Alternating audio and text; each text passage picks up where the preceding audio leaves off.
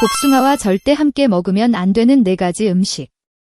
여름철 하면 떠오르는 대표 과일 중 하나는 바로 복숭아입니다. 달콤하고 부드러운 맛 덕분에 남녀노소 모두가 사랑하는 과일이죠. 특히 무더운 여름날 복숭아 하나로 갈증을 해소하며 기분까지 상쾌해지는 경험은 누구나 공감할 수 있을 겁니다. 하지만 복숭아는 특정 음식들과 잘못 조합했을 때 생각보다 심각한 문제를 일으킬 수 있습니다. 오늘은 복숭아와 절대 함께 먹으면 안 되는 음식 4가지에 대해 깊이 알아보겠습니다. 평소 건강을 생각하는 분들에게 중요한 정보가 될 거예요. 첫 번째, 우유. 복숭아와 우유의 조합은 보기에는 맛있어 보이지만 소화 과정에서 문제가 될 가능성이 있습니다. 복숭아는 천연 당분과 산 성분이 포함된 과일로 소화 과정에서 위산 분비를 촉진하는 경향이 있습니다.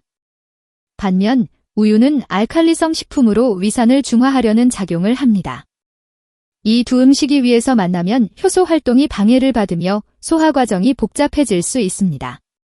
결과적으로 위장 내에서 음식물이 제대로 소화되지 않아 복부 팽만감, 가스 생성, 혹은 소화불량 같은 증상을 유발할 수 있습니다. 이러한 현상이 반복되면 소화기관에 장기적인 부담을 줄 수도 있습니다. 게다가 우유와 복숭아를 함께 먹을 때 점액 생성이 증가할 수 있습니다. 이는 특히 천식이나 비염 같은 호흡기 질환이 있는 사람들에게 악영향을 미칠 가능성이 큽니다. 점액이 많아지면 호흡기가 막히는 느낌을 줄 수 있으며 증상이 악화될 수도 있습니다. 복숭아의 천연 당분이 우유의 지방과 결합하면 이러한 문제는 더욱 두드러질 수 있습니다.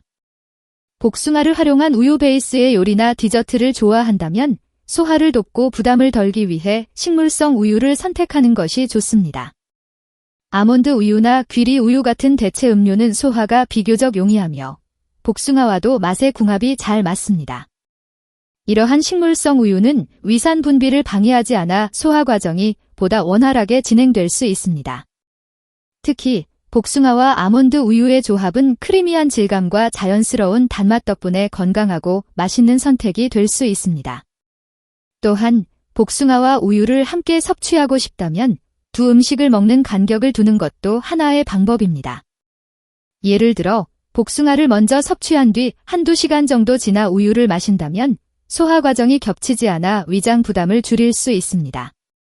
간단히 말해 두 음식의 섭취 타이밍을 분리하면 각자의 장점을 최대한 누릴 수 있습니다.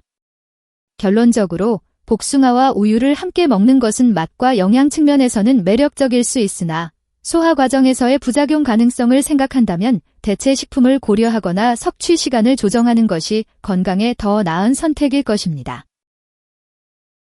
두 번째, 해산물. 복숭아와 해산물은 절대 함께 먹어서는 안 되는 조합 중 하나입니다. 해산물은 단백질 함량이 높아 소화가 느리게 진행되는 음식입니다. 반면 복숭아는 과일로서 빠르게 소화되는 특성을 가지고 있어 두 가지를 함께 먹으면 소화 과정에서 충돌이 발생합니다. 특히 복숭아는 알칼리성 과일로 해산물의 산성 성질과 만나면 위산 분비가 과도하게 증가하거나 감소하면서 소화가 어려워질 수 있습니다. 이 조합은 장내가스를 발생시키고 복부 팽만감을 유발할 수 있습니다. 또한 특정 해산물과 복숭아를 함께 섭취할 경우 체내 흡수율이 낮아지고 영양소의 손실을 초래할 수 있습니다. 해산물을 먹은 후 최소 2시간 정도 지난 뒤 복숭아를 섭취하는 것이 이상적입니다. 이는 위장 부담을 줄이고 소화를 원활하게 해줍니다. 세 번째, 고기. 복숭아와 고기를 함께 섭취하는 것은 소화 과정에서 여러 가지 문제를 일으킬 수 있습니다. 고기는 단백질과 지방이 풍부한 고영양 식품으로 소화 시간이 상대적으로 길며 많은 에너지를 필요로 합니다. 반면 복숭아는 당분과 섬유질이 많은 과일로 소화가 비교적 빠르게 이루어지는데 이 두 가지가 동시에 위장에 들어가면 소화 과정이 서로 충돌하게 됩니다. 복숭아의 당분이 고기의 단백질과 결합하여 장에서 발효 과정을 촉진하며 이는 장내가스 생성과 복부 팽만감, 소화불량을 유발할 가능성이 높습니다. 특히 고기는 조리 방법에 따라 지방 함량이 크게 달라지는데 고지방 고기를 복숭아와 함께 섭취할 경우 위장의 부담이 더욱 가중됩니다. 예를 들어 삼겹살이나 튀긴 고기 같은 음식은 복숭아와 함께 먹었을 때 소화가 지연되면서 복부 불편감과 더불어 에너지 소비를 증가시킬 수 있습니다. 고기의 지방이 위에서 천천히 분해되는 동안 복숭아의 당분은 빠르게 소화되려 하기 때문에 소화 효소들이 제대로 작용하지 못하게 되고 이로 인해 음식물이 위장에 오래 머물면서 불쾌감을 초래할 수 있습니다. 또한 복숭아는 천연의 산 성분이 있어 위산 분비를 촉진하는데 고기의 단백질은 산 환경에서 효율적으로 분해됩니다.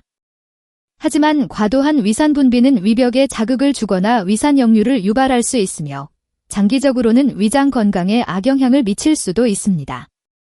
고기와 복숭아를 함께 섭취하는 것은 특히 소화기관이 약한 사람들에게 부담을 줄 가능성이 큽니다. 이를 방지하려면 고기와 복숭아를 각각 따로 섭취하는 것이 좋습니다. 고기를 섭취한 뒤 최소 2-3시간 정도의 간격을 두고 복숭아를 먹으면 소화기관이 각각의 음식을 제대로 처리할 시간을 확보할 수 있습니다.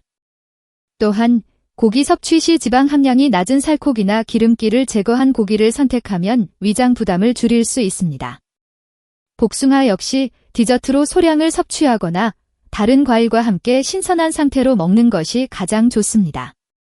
결론적으로 복숭아와 고기를 함께 섭취하는 것은 권장되지 않으며 두 음식을 적절히 시간차를 두고 섭취하면 소화 효율을 높이고 몸에 불필요한 부담을 피할 수 있습니다.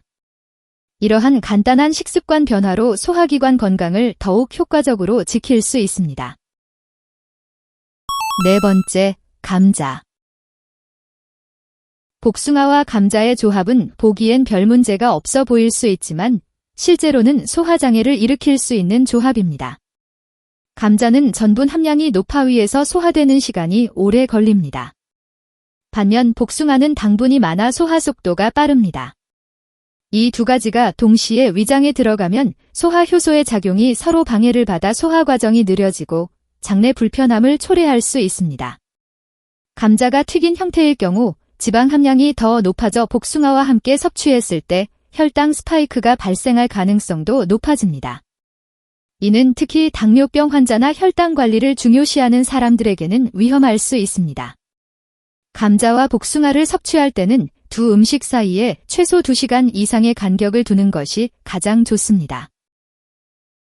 오늘은 복숭아와 함께 먹으면 안 되는 4가지 음식에 대해 알아보았습니다. 이 정보가 여러분의 건강한 식습관 형성에 도움이 되길 바랍니다. 평소 좋아하던 조합이 사실은 건강에 해로울 수 있다는 점 꼭 기억하시고 복숭아를 드실 때 조금 더 신경 써보세요. 이 영상이 유익하셨다면 구독과 좋아요 잊지 말아주세요. 앞으로도 더 알찬 정보로 찾아뵙겠습니다. 감사합니다.